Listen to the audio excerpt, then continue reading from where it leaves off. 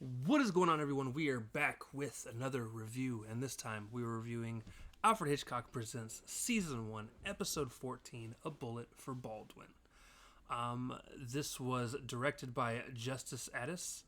Story was written by Joseph Ruskell. Teleplay was done by Eustace and Francis Cockrell. It appears that, John Quaylen is plays the role of Mr. Benjamin Stepp in this episode, released January 1st, 1956. This also appears to have a supporting cast of Sebastian Cabot as Nathaniel Baldwin and Davidson, Philip Reed as Walter King, Cheryl Clark as Miss Abigail Wilson, which is the secretary, James Adamson as the janitor, Kate Drain Lawson as the landlady, Don McArt as Albert, Robert Patton, credited as Bob Patton, as the detective. As a detective? What detective? Did I miss something? Ruth Lee is a neighbor, Arthur Gilmore is a neighbor, and David Dwight as fireman. Did I miss something?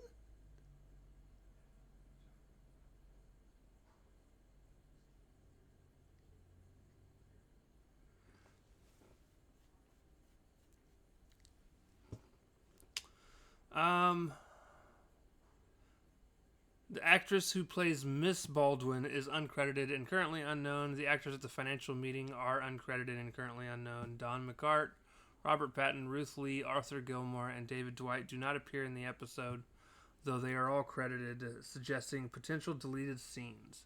Bill Irwin may have played an uncredited role as a fireman and deleted his scenes as well. Okay, so that's where.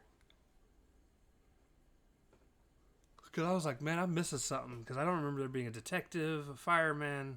But that makes sense. So a lot of people were credited with things that didn't actually show up. Makes sense.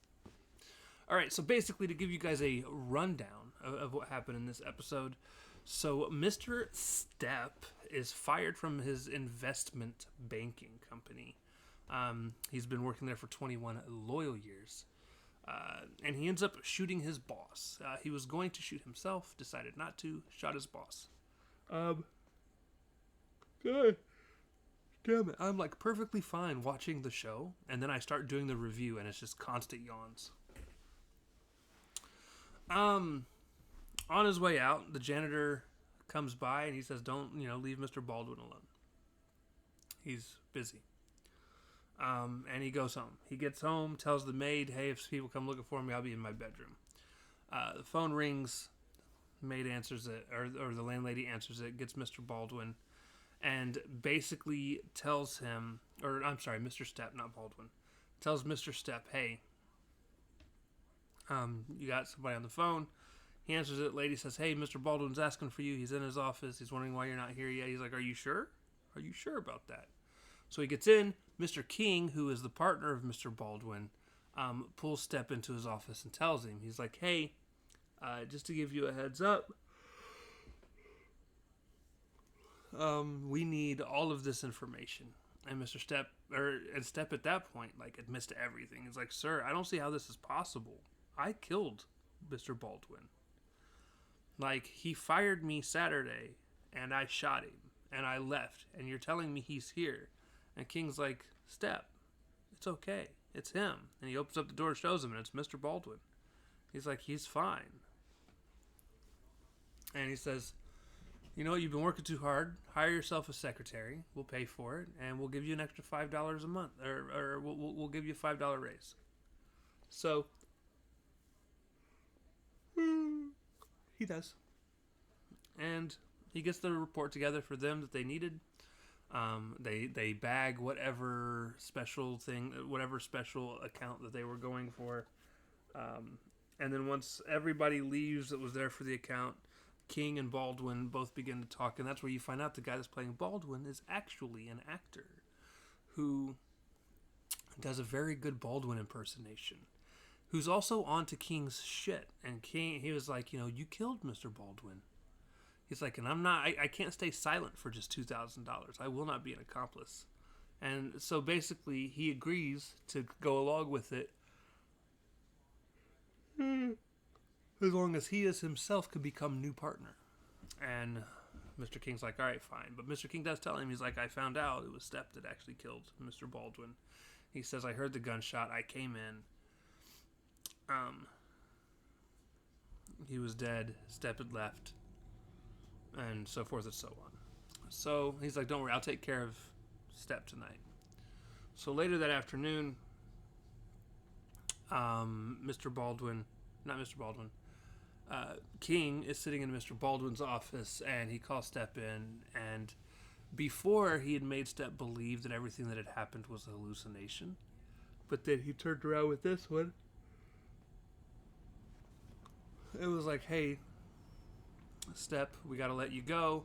For some reason, you decided to hire yourself a receptionist. You gave yourself a $5 raise. He's like, and we can't deal with that. And Stepp was like, sir, you told me to do that. And he was like, no, I didn't. You're crazy. I wouldn't do something like that. So, with that being said, we're going to have to let you go. So, Stepp didn't even get pissed off this time. He just walked out of the room, took off his little sleeve protectors, put them on the desk, put his coat on, grabbed the gun, walked in, shot King, walked back out, put his gun in the thing, put his coat on, and was getting ready to walk out the door. Janitor comes in, and he tells the janitor, yeah, you can go right on in. Nobody's up there. And I actually think it's super dope that he did this because he believes, you could tell, that it's all just another hallucination. Obviously, that's how the episode ends. He's going to get caught. I don't know. I enjoyed it. It's higher up on my list of episodes so far. I hope these get better at some point. Because it started off kind of hot, and it's gotten kind of cold, and then hot, and then cold. So it's kind of on a back and forth situation. But this episode wasn't terrible. The acting was fine. The setting was fine. The story was fine. But yeah, I don't know. We'll see. So, with that being said, ladies and gentlemen, we love you. And we'll see you tomorrow for Twin Tales, I think is what it's called. See you there. Peace.